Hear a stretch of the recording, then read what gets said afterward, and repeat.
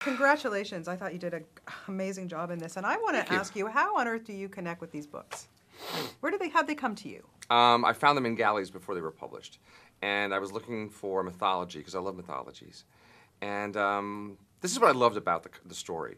First of all, I love this idea. I was a big Buffy the Vampire Slayer fan, so I was a huge Joss Whedon fan. And I loved how that series used supernatural stuff as an allegory, as a metaphor for just what it was to be a teenager.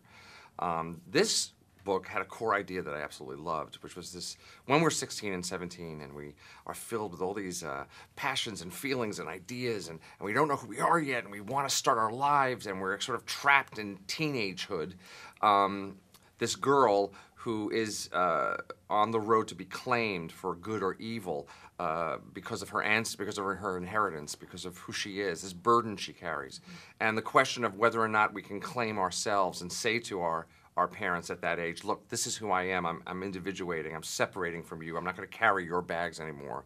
Or how much of us is destiny? How much of us is just ingrained in us? I like that question a lot. I also love the character of Ethan, because I was Ethan. I was born and raised in Brooklyn, and all I wanted to do was get out of Brooklyn and across the river to New York City. So that was my goal. And I remember being that age and reading books and writers and going, oh my God, this is the answer. This is how it's going to work. You know, you get so excited about ideas because you want your life to start. So those two things really I identified with a great deal. I also loved the idea of this sort of supernatural aristocracy living hidden among this fundamentalist conservative America, which I thought is kind of a timely subject right now. I had a lot of feelings about that, so that got me too. So there's a lot in there. There's no question. So you're saying that you related so much with Ethan. So why did you choose Alden then? Because he didn't want to do it, which was really my first good sign, and Alice too. Neither one of them wanted to do it because they were too. What were they too? These two young actors are so anti-celebrity and anti this sort of post-reality show celebrity for celebrity's sake generation. This is a new generation. These kids are so wonderful. These are artists again, and they want to do really interesting things. And they primarily were doing indie work. And Alice is also a songwriter. Alden is an avid reader, as is Alice, just like his character. He's also an artist.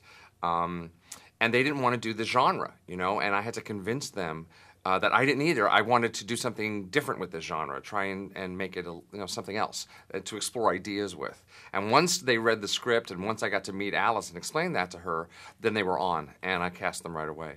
What kind of pressure is it on you, Richard, as a screenwriter, well, also director, but when you take something that is so popular as a book and you have to whittle it down into a screenplay, and then you kind of, the authors are kind of there, they're around. They were, around if you. They were very supportive. The authors. But what is it like for you? Because there's a lot of pressure. Or? Well, you have to understand. I started this before the book was published, so I had no idea if it was going to have a following or if it was going to be more than what it was. I just liked the story, and I haven't read the other books yet because I didn't want to be tied to.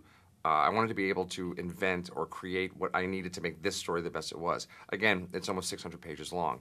So I wasn't listening to fans as much as I had to listen to myself about what I thought would make the best movie version of this book. And for me, the most important things are the characters.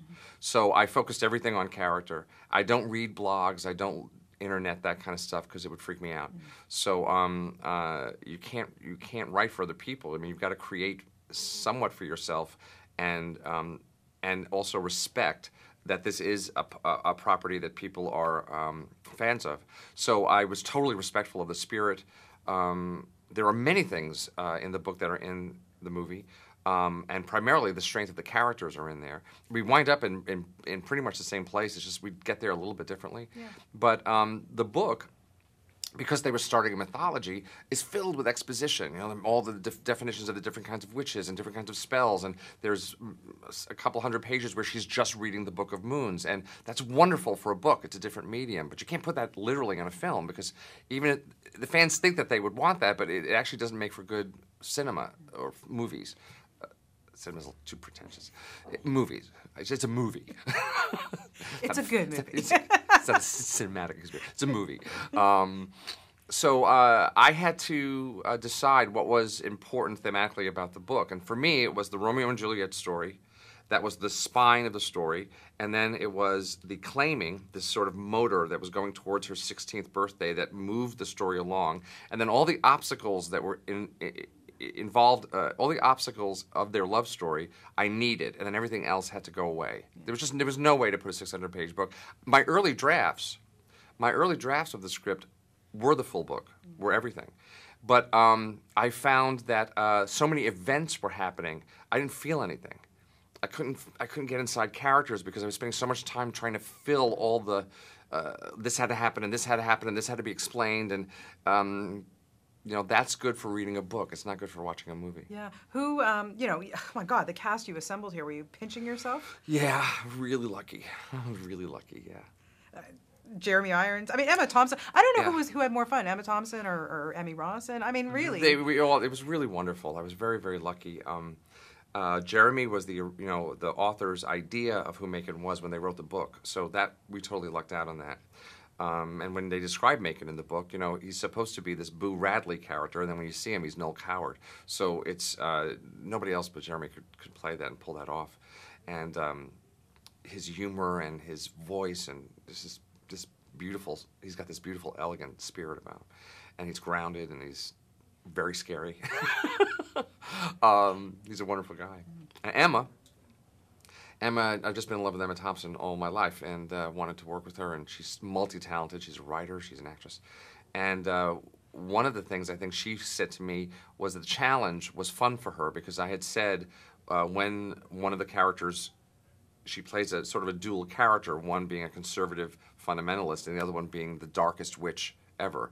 And I said, and I want the transition to be without special effects, without makeup, without CGI. It's got to be all through performance and all through voice. And that, to her, I think is what attracted her to the part. So I was very lucky there. Viola was the first actress I cast, because she's just one of the greatest actresses we have, and I put together those two parts because I wanted to see something in film that we hadn't seen before. We've seen maids who are, maternal, and housekeepers who are maternal to their kids that they sort of raised, and we've seen, the best friend librarian, actually Marion the librarian, who's also from The Music Man.